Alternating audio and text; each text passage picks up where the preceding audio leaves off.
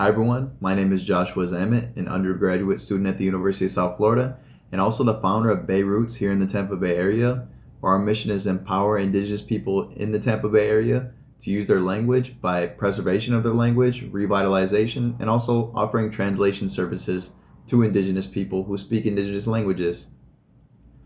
Today I'm going to present you with 10 fun facts about indigenous life here in the Tampa Bay area that you probably don't know, but you definitely should know. Thanks for watching. 1. Tampa's name comes from a native word. Let's begin with something you might say every day, the word Tampa. The name likely comes from a word used by native people living in the area, possibly the Calusa or Timucua, and may have meant sticks of fire. That could have referred to lightning storms, which are still common in the area today, or possibly to ceremonial fires or smoke signals along the coast. Spanish explorers wrote the name down in their journals as early as the 1500s, meaning Tampa is not just a modern city, it's one of the oldest surviving place names in Florida, passed down from the first people who lived here. 2. Indigenous people still live in Florida. One common misconception is that Florida's indigenous peoples only exist in the past. In fact, they're very much alive and active today. The Seminole tribe of Florida and the Miccosukee tribe are both federally recognized and run their own governments, schools, police, and businesses. While their reservations are mainly in South and Central Florida, many tribal members live and work throughout the state, including the Tampa Bay area. They also hold cultural events like powwows, where they share their music, clothing, food, and traditions with the public. These tribes continue to carry forward their ancestral cultures in modern, vibrant ways. 3. The Seminole tribe never surrendered to the U.S. The Seminole tribe of Florida is often called the unconquered people, and with good reason. During the 1800s, the U.S. government tried to remove Native Americans from their homelands, including through violence and forced relocation. But the Seminole fought back. In fact, they are the only tribe in the U.S. that never signed a peace treaty. Some Seminole groups retreated into the Everglades, where they lived off the land, out of reach of government forces. This act of resistance helped preserve their land, culture, and independence. To this day, the Seminole take great pride in their status as a sovereign and undefeated nation. 4. The Tocobaga lived where Tampa is today. Before Tampa had roads or neighborhoods, it was home to the Tocobaga people, one of the main tribes in the Tampa Bay region. Their central village was located in what is now Safety Harbor, near the top of Old Tampa Bay. The Tocobaga were skilled fishers, canoe makers, and mound builders. They lived in thatched homes made of palm and wood, and organized their society with chiefs, priests, and warriors.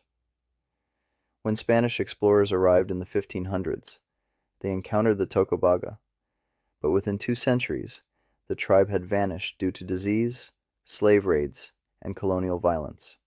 Still, the Tocobaga left behind remarkable archaeological sites that give us insight into their way of life. 5. You can visit a native mound. One of the most incredible surviving pieces of indigenous heritage in Tampa Bay is the Safety Harbor Mound located in Felipe Park. This mound was built by the Tocobaga over 1,000 years ago and was likely used for ceremonial rituals, leadership housing, and community gatherings. It stands over 20 feet tall and offers a sweeping view of the bay, the same view Tocobaga leaders once had. The mound is made mostly of oyster shells, clay, and sand and is considered sacred by many. Visiting this site today connects you directly to the region's native past and is a rare chance to walk in the footsteps of an ancient people. 6. First boats of Tampa Bay. Long before bridges and roads, the waterways of Tampa Bay were the original highways, and native people navigated them in dugout canoes. These boats were carved from massive cypress trees and hollowed out using fire and stone tools. Tribes like the Tocobaga, Pohoy, and Calusa used these canoes to fish, trade, and travel throughout the region. Some canoes could carry multiple people and goods across long distances. These weren't just basic rafts. They were advanced, handcrafted vessels designed for Florida's winding rivers and coastlines. Many of these ancient canoes have been found preserved in swamps and lakes, offering a glimpse into this essential part of indigenous life. 7. Was home to many tribes, not just one. While the Tocobaga are the best-known tribe in the Tampa area, they weren't the only ones. Other tribes like the Pohoy, the Uzita, and even the Calusa and Timucua had influence in the region. Each of these groups had distinct languages, customs, and political systems. Some were allies, others rivals. When Spanish explorers arrived in the 16th century, they encountered these tribes, sometimes trading with them, but more often clashing violently. The fact that so many diverse indigenous cultures lived around the bay shows how important and interconnected this region was long before it was called Florida. 8. Shell mounds were sacred engineering projects.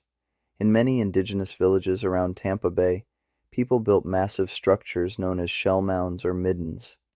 These were carefully constructed layers of oyster shells, bones, pottery shards, and earth, often built over generations. While some served practical purposes, like raising homes above floodwaters, others had deep spiritual or ceremonial significance. Some mounds were used as platforms for temples or homes of tribal leaders, and others were burial sites. They were feats of environmental knowledge and engineering, and they marked important places in tribal communities. Many have been lost to time or development, but some, like the one in Safety Harbor, are still standing and protected today. 9. Local rivers still carry native names. As you drive or paddle through the Tampa Bay area, you'll see a lot of rivers and places with names that come from indigenous languages. The Alafia River, for example, may mean river of fire, possibly referring to how it sparkled at night due to natural minerals. The Manatee River is named after the manatee, a beloved animal in native stories and spiritual life. Even with Lakuchi, found just north of the area, comes from a Muskogean word that means crooked river. These names are more than just labels on a map. They're linguistic echoes of the people who named and lived with these places for thousands of years. 10. Florida's tribes are thriving in the present day. Many people are surprised to learn that Florida's indigenous tribes are not just surviving, they're thriving. The Seminole tribe of Florida is one of the most successful native nations in the United States today.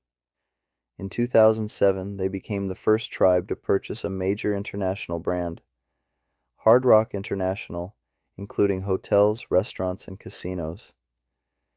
The tribe uses this revenue to support schools, healthcare, housing, and language revitalization programs for its members. But more importantly, they continue to celebrate and protect their cultural traditions, from storytelling and music to patchwork clothing and ceremonial dances. Their story is one of strength, innovation, and ongoing cultural pride.